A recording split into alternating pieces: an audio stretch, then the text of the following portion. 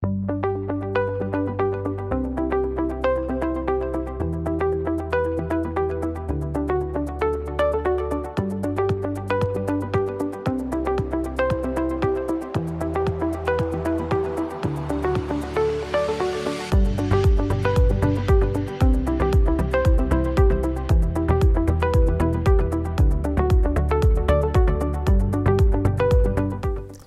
evening and welcome to the program Your Doctor and COVID.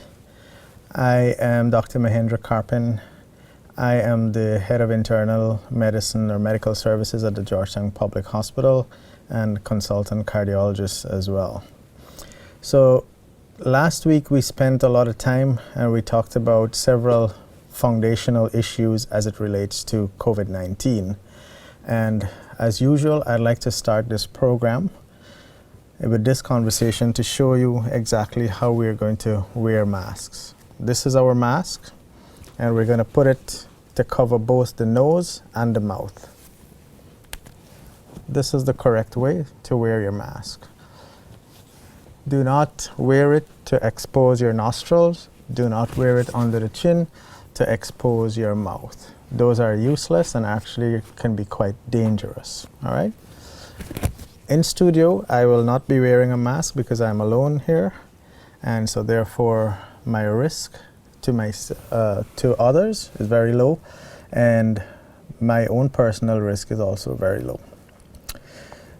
The science as it's emerging has shown that masks not only prevent you from getting the infection, but it can actually also serve as like a vaccine.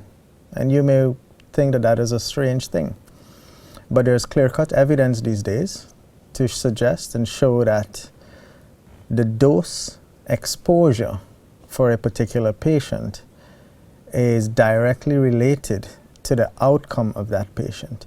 So imagine you wearing a mask and it's protecting you, let's say 90% of the time. So it's therefore exposing you only to small amounts of the virus at a time.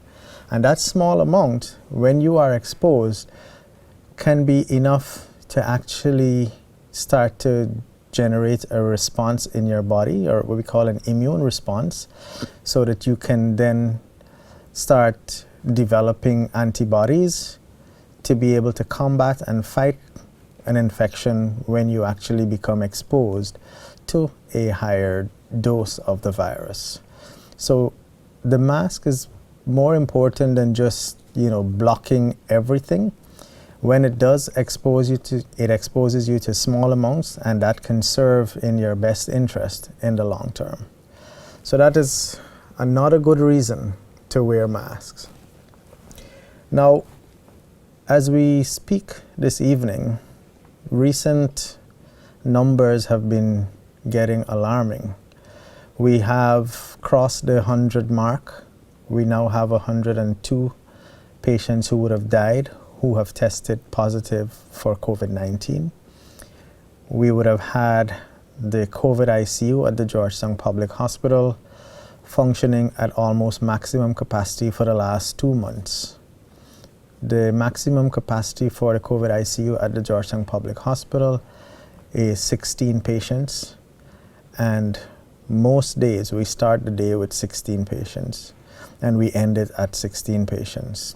Occasionally we have 13, 14 patients. By the end of the shift, we are back to 16. And that really is something that we have to be very conscious about as we plan and as we move forward with the healthcare and the health sector management of the COVID-19 pandemic. It's a very serious issue. Now, you may want to be skeptical about the death rates in Guyana, and you have reasons to be so. Now, we have had patients as young as in their 20s who would have had unfortunate outcomes and would have died from the COVID-19 during the COVID-19 pandemic. We cannot disclose the details of each person's medical history, because we have to protect patients' dignity in life as well as in death. And in death, the patient's family also has to be considered when divulging information. The patient's medical information, their history, is a very private and protected piece of data and can only be divulged with full consent of the patient when they're alive or their family once they would have passed on. So just bear that in mind as we seek to find details about people who are dying from the COVID-19. So one of the main things that we have had to face during this COVID-19 pandemic is these rapid diagnostic tests or rapid testing. There are two types of rapid testing that are really available: the rapid antigen test and the rapid antibody test. Now, what is the difference? The antigen is the actual protein that's on the surface of the virus. So if it's present, it means that you have the virus in the body and we can detect the proteins on the surface of the virus. That's what it means. There is something active going on, which is completely different from the antibody testing. But before we were talking about the antibody test, let's spend some more time and talk about the antigen test. This is fairly recent in terms of its development, and it's now becoming commercially available to places like ours and in the third world, etc. So we will obviously get this at some point, but it will be later than the first world countries. They will likely buy up all of these tests and we will get them as a secondary or tertiary option. So what have people been doing? They're trying to get rapid antibody tests. As we would have spoken about before, antibodies are your body's defense mechanisms against infection. And you have two types of antibodies really that are present when you're in contact with an infection. The IgM, which is the early stage, and then the IgG, which shows later stages or delayed stage of the infection. So the immune response has two components as well: the cellular response and the antibody or humoral response. The cellular response is when your body's cells are infected and your defense cells therefore go and damage those infected cells. The antibody response is to identify the vulnerable cells and prevent the virus from attaching to those cells. And so those are the two main types of responses as it relates to your immune response. The cellular immunity, which helps to destroy infected cells, and the humoral or antibody-mediated immunity, which tries to block the attachment of the infecting agent, in this case the virus, to the cells of the body. Now let's look a little bit on the antibody side. And one of the common questions that we have that patients have been sending in to this program is, my antibody test is positive. What does it mean? So we have a graph here. Hopefully it will help to explain this a little bit. And if you look at the bottom of this graph, you will see the days of infection. And we look at day 0, day 5, day 7, 14, 21, 28, up to 35. The first line that starts to rise is your symptom. Now, patients start off with what we call a window period.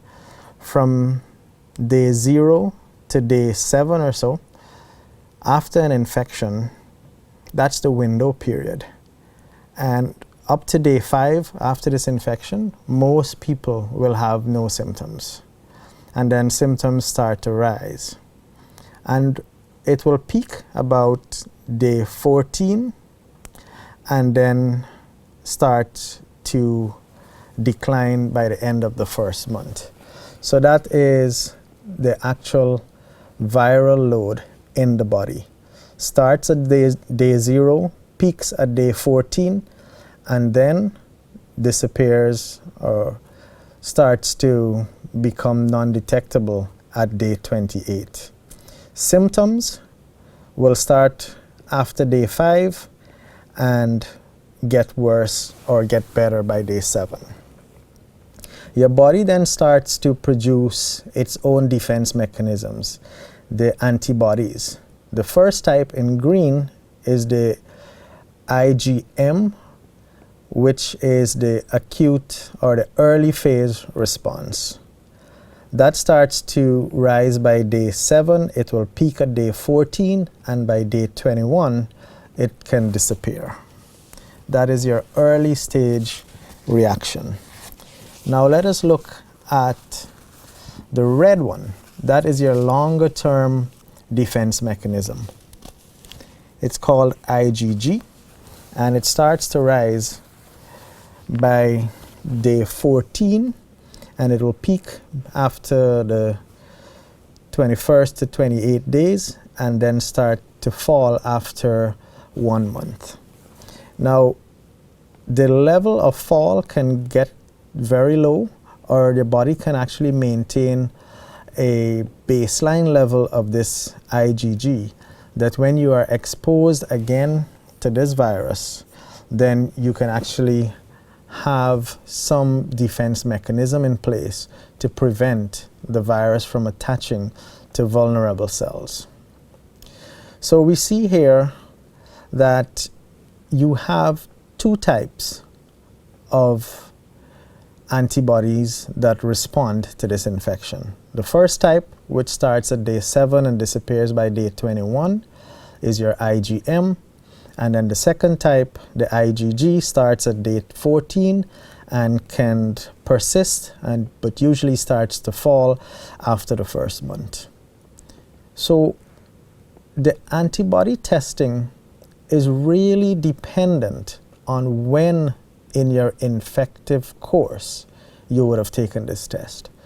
So if you look again at this graph, if you were to get the test done between day 0 and day 5, you are not likely to have any antibodies present. So the test is likely to be negative.